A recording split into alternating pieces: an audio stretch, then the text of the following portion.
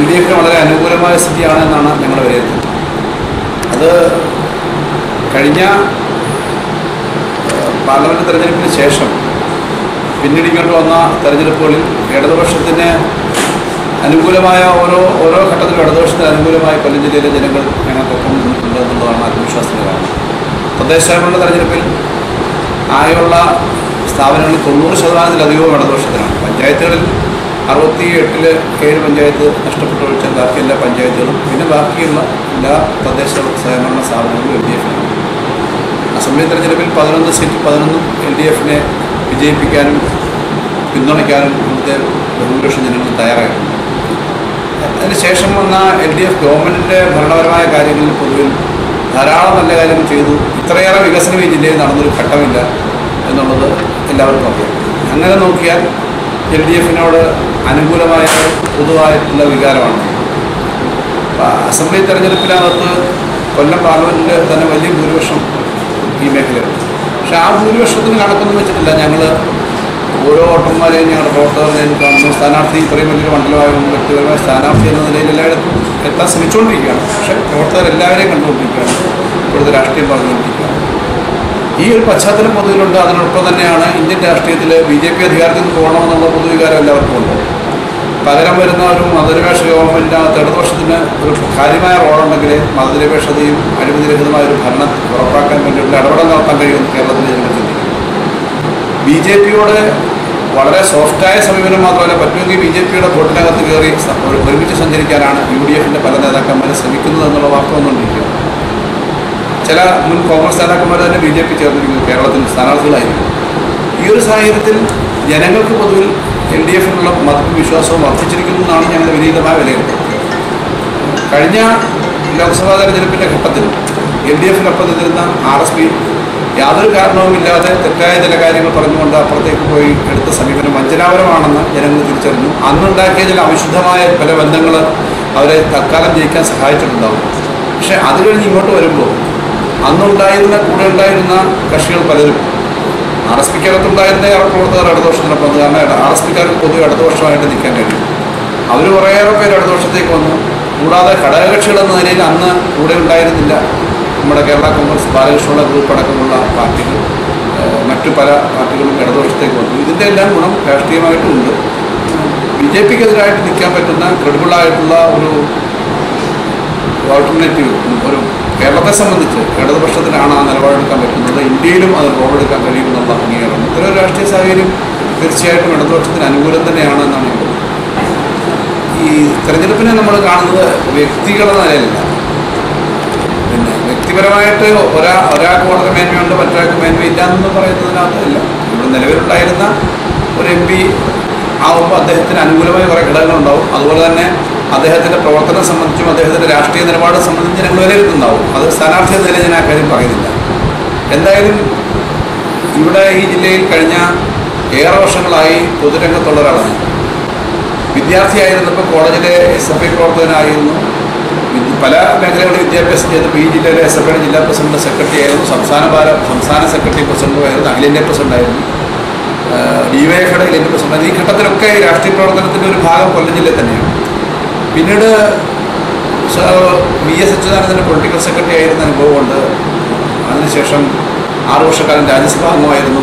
അന്നൊക്കെ ഏറ്റവും കൂടുതൽ പ്രവർത്തനം നടത്തിയതിൻ്റെ അനുഭവം ഈ ജില്ലയിലെ ഞങ്ങളുടെ പ്രവർത്തകർക്ക് അറിയാം. ഏറ്റവും കൂടുതൽ 4 വർഷക്കാലം CPMൻ്റെ കൊല്ലം ജില്ലാ സെക്രട്ടറിയായി ഇടതുമുന്നണിയുടെ ജില്ലയിലെ പ്രധാനമായ പ്രവർത്തനങ്ങൾക്കൊക്കെ പങ്കാളിയായിക്കൊണ്ട് പ്രവർത്തിച്ച അനുഭവമുണ്ട്. അതുകൊണ്ട് ഇവിടുത്തെ എല്ലാ സാധാരണ ജനങ്ങളിലേക്കും പ്രവർത്തകരിലേക്കും എത്താൻ പരമാവധി ശ്രമിച്ചിട്ടുള്ള അവരുടെ പ്രശ്നങ്ങൾ, തെരഞ്ഞെടുപ്പ് രാഷ്ട്രീയം വെച്ച വാഗ്ദാനങ്ങൾ ഞാനത് ചെയ്തു ഇത് ചെയ്തു എന്ന് പറയുന്നൊരു രീതിയിലുള്ള പ്രവർത്തനമല്ല ഞാൻ നടത്തിയിട്ടുള്ളത്. ഇവിടെ വൈവിധ്യമായ ധാരാളം പ്രവർത്തനങ്ങൾ CPIഎമ്മിൻ്റെയും ഇടതുപക്ഷ മുന്നണിയുടെ നേതൃത്വത്തിൽ ഈ ഘട്ടത്തിൽ നടന്നിട്ടുണ്ട്. ഞങ്ങളെടുത്തിട്ടുള്ള പ്രവർത്തനങ്ങൾ, ചെയ്തിട്ടുള്ള കാര്യങ്ങൾ അത് ജനങ്ങൾ അംഗീകരിക്കുമെന്നുള്ള വിശ്വാസമാണ്. അതുകൊണ്ട് വ്യക്തികൾ തമ്മിലുള്ള കമ്പാരിസണൊന്നും തെരഞ്ഞെടുപ്പിലില്ല. രാഷ്ട്രീയമാണ് പ്രധാനപ്പെട്ട കാര്യം. വ്യക്തികൾ തമ്മിലുള്ള കമ്പാരിസണേക്കാളും ഒരു രാഷ്ട്രീയമാണെന്ന് പറയുമ്പോൾ നന്നായി ജനങ്ങളുടെ മുന്നിൽ അവതരിപ്പിക്കാൻ കഴിയുന്ന തരത്തിൽ തന്നെയുള്ള കാര്യങ്ങൾ ഇടതുപക്ഷ മുന്നണി മുന്നോട്ട് വെക്കുന്നുണ്ട്. രാഷ്ട്രീയത്തിനകത്തുള്ള കാര്യങ്ങൾ ഏറെ ചർച്ച ചെയ്യപ്പെടുന്നുണ്ട്. അതുപോലെ ഓരോരുത്തരും ചെയ്ത കാര്യങ്ങളുണ്ട്. അതുകൊണ്ട് അത്തരം കാര്യങ്ങളെ സംബന്ധിച്ചൊക്കെ വളരെ ഗൗരവതരമായി ചിന്തിക്കുന്ന ജനങ്ങളാണ് കൊല്ലം ജില്ലയിലുള്ള ജനങ്ങളെന്നാണ് നല്ലത്. കശുവണ്ടി മേഖലയിൽ നല്ല പിന്തുണയുണ്ട്. എല്ലാ മേഖലയിലും നല്ല പിന്തുണ ഉണ്ട് എന്നുള്ളതാണ് എൻ്റെ അനുഭവം. കശുവണ്ടി മേഖലയിലെ പിന്തുണയുടെ കാര്യം കഴിഞ്ഞ ഗവൺമെൻറ്റിൻ്റെ കാലത്ത്, UDF ഗവൺമെൻറ് കാലത്ത് പൂർണ്ണമായി സ്തംഭനാവസ്ഥയിലായിരുന്നു കശുവണ്ടി രംഗം. കശുവണ്ടി കോർപ്പറേഷൻ കാപ്പെക്സ് ഫാക്ടറി പൂർണ്ണമായി അടച്ചു കിടന്നു. മറ്റ് മേഖലയിലും ഫാക്ടറികൾ ആകെ പ്രവർത്തിക്കുന്നില്ലായിരുന്നു. ഈ ഗവൺമെൻറ് വന്നതിന് ശേഷം വലിയ ഒരു ശ്രമം നടത്തിയിട്ട് നല്ലൊരു ഭാഗം കശുവണ്ടി ഫാക്ടറികൾ തുറന്ന് പ്രവർത്തിച്ചു. പൂർണ്ണമായി ഇപ്പോഴും പ്രവർത്തിച്ചില്ല. കാരണം കേന്ദ്ര ഗവൺമെൻറ്റിൻ്റെ പല ജനവിരുദ്ധമായ കശുവണ്ടി വ്യവസായ വിരുദ്ധമായിട്ടുള്ള നിലപാടുകളുണ്ട്. അതിനകത്തൊന്നാണ് ഇറക്കുമതി ചുങ്കം 9.5% വർദ്ധിപ്പിക്കുന്ന കാര്യം. അതിലൊക്കെ രാജ്യസഭാംഗമെന്നതിന് അന്ന് എതിർത്തിട്ടുള്ളതാണ് ഞാൻ. ആ എതിർപ്പ് അംഗീകരിക്കാതെ ഇതിനനുകൂലമായ നിലപാടുകൾ കശുവണ്ടി മേഖലയെ ബാധിക്കുന്ന ഒരു കാരണമായിട്ടുണ്ട്. പിന്നെ അന്തർദേശീയ വ്യവസായത്തിൻ്റെ പ്രശ്നങ്ങളുണ്ട്. വ്യവസായികൾ പോലും ആത്മഹത്യ ചെയ്യുന്ന സ്ഥിതിയിലേക്ക് ആ ഘട്ടത്തിലൊക്കെ വന്നിട്ടുണ്ട്. അത് പരിഹരിക്കുന്നതിന് ഈ ഗവൺമെൻറ് കുറേയേറെ കാര്യങ്ങൾ ചെയ്തിട്ടുണ്ട്. ഫാക്ടറികൾ കോർപ്പറേഷൻ കാപ്പക്സും തുറന്ന് പ്രവർത്തിക്കുന്നു. കാഷ്യൂ ബോർഡ് രൂപീകരിച്ച് ചെറുകിട കശുവണ്ടി വ്യവസായികളെ സഹായിക്കാനുള്ള നിലപാടെടുക്കുന്നു. 18% വരെ പലിശയുണ്ടായിരുന്ന ബാങ്ക് ലോൺ 9% ചുരുക്കുവാൻ വേണ്ടി മുഖ്യമന്ത്രി വിളിച്ചു ചേർത്ത യോഗത്തിൽ ബാങ്കർമാർ തീരുമാനമായി. വളരെ ബുദ്ധിമുട്ടുള്ള കുറേ കശുവണ്ടി വ്യവസായികൾക്ക് അവർക്ക് പ്രാഥമികമായി അവരുടെ വ്യവസായം നടത്താൻ ആദ്യത്തെ ഒരു വർഷക്കാലത്തെ പലിശ സബ്സിഡിക്ക് വേണ്ടി ചില പണം മാറ്റിവെച്ചു എന്നുള്ള വാർത്തകൾ നമ്മൾ കണ്ടു. ഇങ്ങനെ കുറേയേറെ കാര്യങ്ങൾ ചെയ്തിട്ടുണ്ട്. രണ്ടാമതൊരു കാര്യം, അടഞ്ഞു കിടക്കുന്ന ഫാക്ടറിയിലെ തൊഴിലാളികൾക്ക് 2000 രൂപ വെച്ച് ഒരു ആശ്വാസധനം പ്രഖ്യാപിച്ചിട്ടുണ്ട്. ഇങ്ങനെ ധാരാളം കാര്യങ്ങൾ ആ മേഖല ചെയ്യുന്നുണ്ട്. തകർത്ത് തരിപ്പണമാക്കിയ കശുവണ്ടി മേഖലയെ അല്പം മെച്ചപ്പെടുത്താനുള്ള കാര്യമായ ശ്രമങ്ങൾ ഇടതുപക്ഷത്തിൻ്റെ ഭാഗത്ത് നിന്ന് വരുന്നുണ്ട് എന്നുള്ളതാണ് പൊതുവിൽ അവിടെ ഉണ്ടായ വികാരം. പൊതുവിൽ എല്ലാ മേഖലയിലും വളരെ അനുകൂലമായിട്ടുള്ളൊരു വികാരം തന്നെയാണ്. അങ്ങനെ ബാലൻസ് ചെയ്ത് കൊണ്ടുപോകാൻ പറ്റുന്നൊരു സമീപനം തന്നെയാണ് സർക്കാർ ചിന്തിക്കുന്നതെന്നാണ് ഞാൻ മനസ്സിലാക്കുന്നത്. അവിടെ സീവാഷിംഗ്, കടൽ ഭിത്തി കെട്ടാതെയുള്ള ഖനനം അപകടകരമായ അവസ്ഥ ഉണ്ടാക്കുന്നുണ്ടെന്നൊരു വിമർശനമുണ്ട്. അതുകൊണ്ട് തന്നെ അത് നിർത്തിവെക്കാൻ ഗവൺമെൻറ് തീരുമാനിച്ചു. നേരത്തെ തന്നെ സർ പിണറായി മുഖ്യമന്ത്രി ആവുന്നതിന് മുമ്പ് തന്നെ ഞാൻ പാർട്ടി ജില്ലാ സെക്രട്ടറി ഞങ്ങളെ സ്ഥലം പോയി സന്ദർശിച്ചിട്ടുള്ളതാണ്. ഇപ്പോൾ അത് നിർത്തിവെക്കാൻ തീരുമാനിച്ചു. ശാസ്ത്രീയമായ ഖനനം എങ്ങനെ നടപ്പിലാക്കാമെന്നുള്ളത് നോക്കിക്കൊണ്ടിരിക്കുകയാണ്. എന്തായാലും IREയും KMM അടക്കമുള്ള വ്യവസായങ്ങൾ വേണം. തീരദേശവാസികളുടെ സ്ഥലം നഷ്ടപ്പെട്ടിട്ട് അവരുടെ ജീവിതം ദുരിതമാകുന്നത്. ഇത് കണ്ടുകൊണ്ടുള്ള കാഴ്ചപ്പാട് തന്നെയായിരിക്കും. പരമ്പരാഗത വ്യവസായങ്ങളെ കാര്യമായിട്ട് സപ്പോർട്ട് ചെയ്യുന്ന സമീപനമാണ് എല്ലാ കാലത്തും LDF ചെയ്തിട്ടുള്ളത്. കശുവണ്ടിയുണ്ട്, കയറുണ്ട്, കുറേയേറെ കൈത്തറിയുണ്ട്, ഇത്തരം വ്യവസായങ്ങൾ. പിന്നെ ഏറ്റവും വലിയൊരു മേഖലയാണ് കൊല്ലം ജില്ലയെ സംബന്ധിച്ച് മത്സ്യബന്ധനം.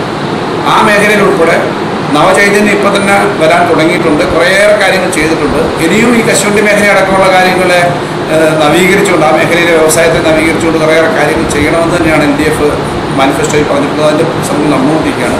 എന്തായാലും ഇടതുപക്ഷ ജനാധിപത്യ മുന്നണി കേരളത്തിൽ ശക്തിയായിട്ട് മുന്നോട്ട് പോവുകയും കേന്ദ്രത്തിൽ നിന്നുള്ള സഹായം കിട്ടിയത് വലിയ മാറ്റം ഉണ്ടാക്കാൻ കഴിയുന്ന ഒരു മേഖല തന്നെയാണ് ഈ പരമ്പരാഗത വ്യവസായം. ആ മേഖല വലിയ മാറ്റങ്ങൾ ഉണ്ടാക്കാൻ കഴിയുമെന്നാണ് ഞാൻ വിശ്വസിക്കുന്നത്.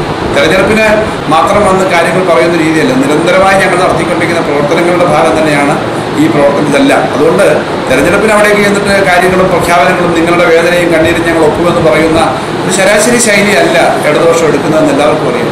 നിരന്തരമായ ആ മേഖലയിലൊക്കെ ഈ പ്രവർത്തനങ്ങളുമായി നിൽക്കുന്നവരാണ് ഇടതുപക്ഷ പ്രവർത്തകർ എന്നുള്ളതുകൊണ്ട് ആ മേഖലയിലെ പ്രവർത്തകർക്ക് വലിയ വിശ്വാസമുണ്ട്. എല്ലാ രംഗത്തും, പ്രളയത്തിൻ്റെ രംഗത്തെ രക്ഷാപ്രവർത്തനത്തിലൊക്കെ മത്സ്യത്തൊഴിലാളികളുടെ പങ്കാളിത്തം നമ്മൾ കണ്ടതാണ്. അപ്പോൾ അത് കൂടുതൽ സജീവമായിട്ടുണ്ടാകും എല്ലാ